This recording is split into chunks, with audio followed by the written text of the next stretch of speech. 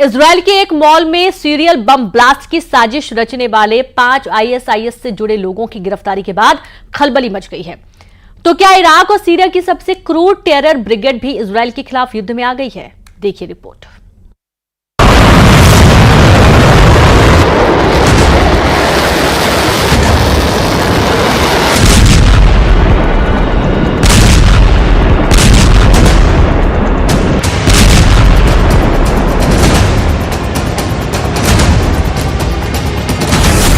सात फ्रंट, 7,000 धमाके।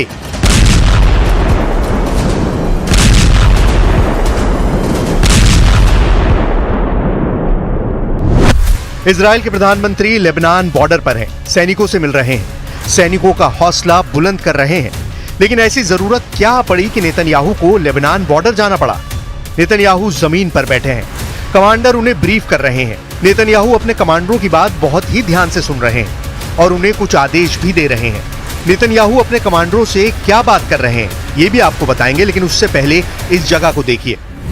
कहते हैं कि तस्वीरें खामोशी के साथ बहुत कुछ बयां कर जाती हैं। नेतन्याहू जिस जगह पर बैठे हैं उसके ठीक पीछे दीवार पर हिब्रू भाषा में लिखा हुआ है टुगेदर वी विल विन, यानी हम सब मिलकर जीतेंगे। तो सवाल है कि क्या लेबनान मोर्चे पर इजराइल का हौसला बिखर रहा है? और इसी को समेटने नेतन्याहू लेबनान बॉर्डर पहुंचे हैं। 1 हफ्ते से ज्यादा हो चुका है और इजराइल अब तक ईरान के हमले का जवाब नहीं दे पाया है। उसका फोकस अब भी लेबनान है और लेबनान के बॉर्डर पर लड़ाई मुश्किल होती जा रही है, क्योंकि इजराइल को 10,000 अतिरिक्त सैनिक यानी एक रिजर्व डिवीजन लेबनान बॉर्डर पर तैनात करना पड़ा है।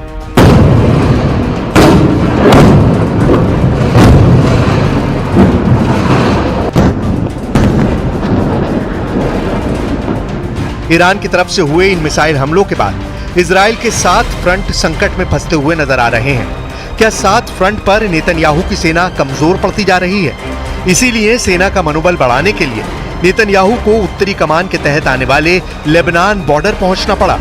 इजराइल कहां पड़ रहा है कमजोर और किन मोर्चों पर इजराइल कर रहा है धुआंधार हमले, ये हम आपको आगे बताएंगे। लेकिन उससे पहले देखिए सैनिकों से मुलाकात के बाद नेतन्याहू ने क्या कहा। אנחנו משנים את המציאות מקצה אל קצה וכל העולם משתאה מהמכות שאתם מנחיתים על אויבינו, ואני מצדיע לכם ואומר לכם, אתם דור הניצחון, יחד נילחם ויחד ננצח בעזרת השם। नेतन्याहू दिखाना चाहते हैं कि एक अकेला 7 फ्रंट पर भारी है। क्या ये सही है? पश्चिम एशिया में इजराइल इस वक्त 7 मोर्चों पर जंग लड़ रहा है। इन मोर्चों पर लड़ने के लिए अमेरिका इजराइल की पूरी मदद करता है। गोला, बम, बारूद, हथियार सब कुछ नॉन स्टॉप सप्लाई करता है और इन्हीं हथियारों से बेरूत में लगातार धमाके भी हो रहे हैं। लेकिन जब बात ग्राउंड ऑपरेशन की आती है तो वहां पर नेतन्याहू अकेले पड़ जाते हैं, क्योंकि अमेरिका उनकी वहां पर मदद नहीं कर पाता। यही वजह है कि जमीन की लड़ाई में इजराइल मुश्किल में है। नसरुल्लाह के मारे जाने के बाद भी हिजबुल्लाह की बैटरी पूरी तरह से चार्ज है।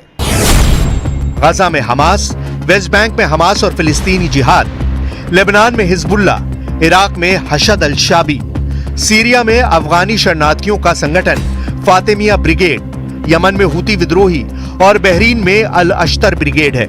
इन 7 मोर्चों पर इजराइल अकेला लड़ाई लड़ रहा है।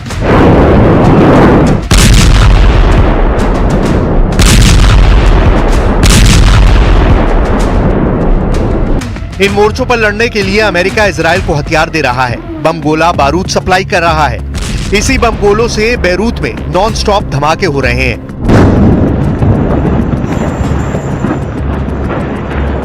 लेकिन जब जमीन पर लड़ने की बारी आई तो नेतन्याहू अकेले हैं। इजराइल इस वक्त लेबनान में ग्राउंड ऑपरेशन कर रहा है, लेकिन ये ऑपरेशन इजराइल के लिए उतना आसान नहीं। नसरल्लाह के मारे जाने के बाद भी हिजबुल्लाह की बैटरी पूरी तरह चार्ज है।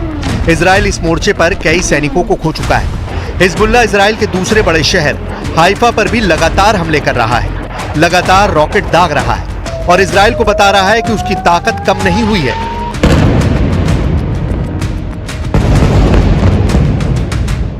अमेरिका व दुवल गरबिया कुल्लुहुम युहाविलून अन यदगतू अलैना मिन अजल अन नख्शा व अन नखाफ, लकिन्नना लन नख्शा वलन नखाफ। यही वजह है कि नेतन्याहू अपना पूरा गुस्सा लेबनान की राजधानी बैरूत पर उतार रहे हैं। बैरूत से आई इस तस्वीर को देखिए। बैरूत का ये वीडियो न्यूज़ 18 के कैमरे पर रिकॉर्ड हुआ है। क्या इस जगह और गाजा में आपको कोई फर्क समझ में आ रहा है? अब इजराइल बैरूत को दूसरा गाजा बनाना चाहता है, ये इन तस्वीरों से साफ है।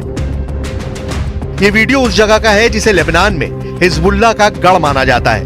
ये न्यूज़ 18 इंडिया का एक्सक्लूसिव वीडियो है।